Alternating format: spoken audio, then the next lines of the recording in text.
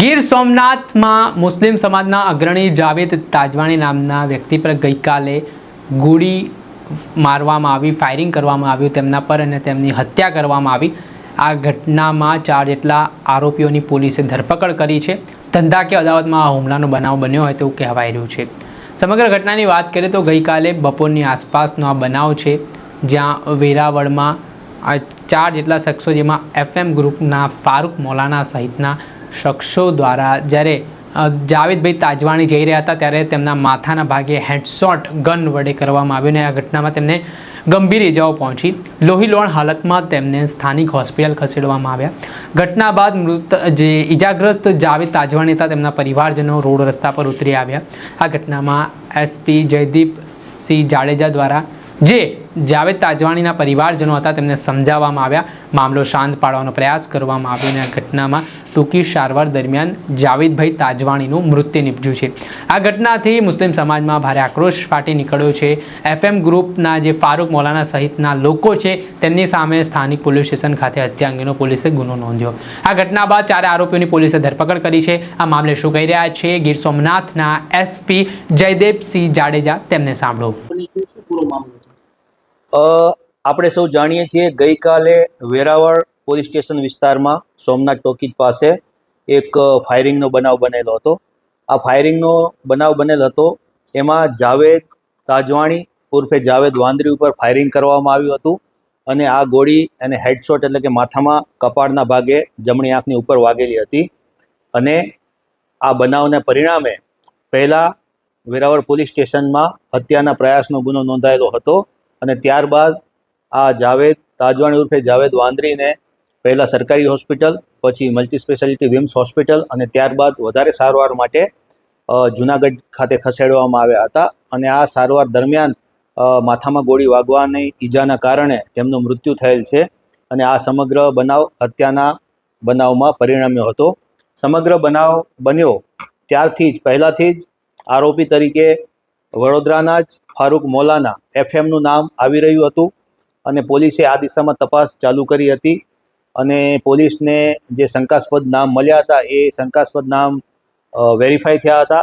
ત્યારબાદ પોલીસે સોમનાથ જિલ્લા પોલીસ દ્વારા લગભગ 6 જેટલી જુદી જુદી LCB અને SOGની ટીમ બનાવી ફારૂક મૌલાના અને એના સાગરીતોને પકડવા માટે આખા જિલ્લામાં જુદી જુદી જગ્યાએ રેડો કરવામાં આવી હતી અને લગભગ વહેલી સવારે 3 થી 4 વાગ્યાના અરસામાં અમારી LCBની ટીમોને આ આરોપીને તમામ 4 આરોપીને પકડવામાં સફળતા મળી છે અને એમના હત્યામાં જે હથિયાર વપરાયું છે, જે દેશી કટ્ટો પિસ્તોલ જેવું એક હથિયાર છે, આ પણ કબજે લેવામાં આવ્યું છે।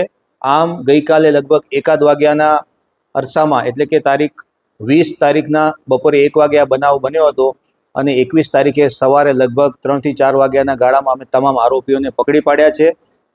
ગુનામાં ઉપયોગમાં લેવાયેલા વાહનો, ઉપયોગમાં લેવાયેલ હથિયાર એ તમામ કબજે કરી લેવામાં આવ્યું છે। આમ 24 કલાક કરતાં પણ ઓછા સમયગાળામાં સમગ્ર બનાવ ઉકેલી કાઢવામાં ગીર સોમનાથ પોલીસને સફળતા મળી છે। આરોપીઓ બધા છૂટા છૂટા થઈ ગયેલા હતા, એટલા માટે મેં આપને કહ્યું 6 ટીમો અમે બનાવી હતી।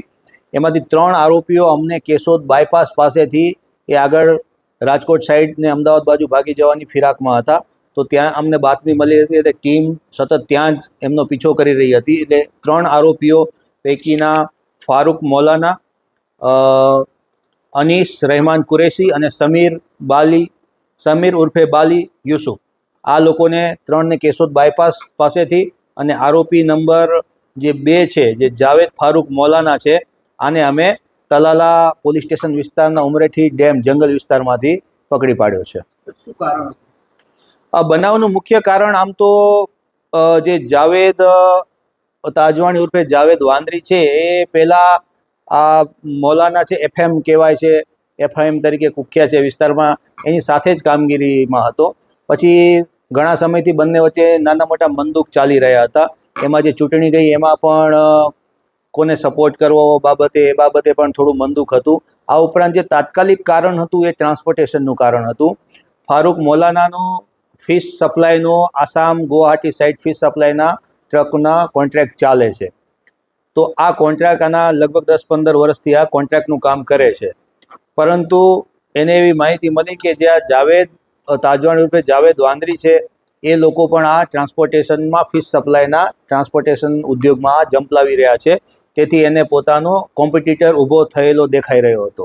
એટલે આ લોકો વચ્ચે આ બાબતે પણ લગભગ છેલ્લા અઠવાડિયાથી નાની મોટી ઘર્ષણ બોલાચાલી થતી હતી કે ભાઈ તું આ ધંધામાં આવીશ તો ફારૂક મૌલાનાને એવો ડર હતો કે ભાઈ અમારા ધંધાની જે મોનોપોલી છે એ તૂટી જશે. તો મુખ્ય આ તાત્કાલિક કારણ આ છે.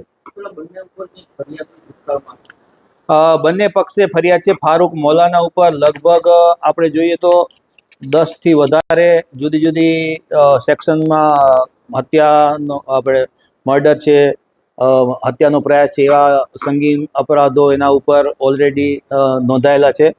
સામે મરણ જનાર વિરુદ્ધમાં પણ ઘણા બધા ગુનાઓ નોંધાયેલા છે અને એ ગુજસી ટોકના પણ આરોપી રહ્યા છે.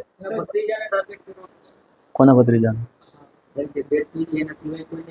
ના, એ જ્યારે આ લોકો બીજી પણ એક એફઆઈઆર નોંધાણી છે. એ એફઆઈઆર જેમાં આમાં હત્યાનો પ્રયાસ 307 દાખલ કરી છે. આઈપીસીની જે જૂની કલમ હતી 307 દાખલ કરી. એમાં હાથના ભાગે એને કુવાડી અને તલવાર જેવા ગંભીર પ્રકારના હથિયારોથી ઈજા પહોંચાડવામાં આવી છે. આ બીજી એફઆઈઆર અમે દાખલ કરી છે. એમાં પણ 2 આરોપી છે. એમાંના એક આરોપી છે રફીક કરીને, એને અમે અરેસ્ટ કરી લીધો છે. એમાં એક આરોપી અરેસ્ટ કરવાનો બાકી છે. તો એ આ ઘટનાને જ સંલગ્ન ઘટના છે. એ કોઈ બીજો અલગ બનાવ નથી. હા,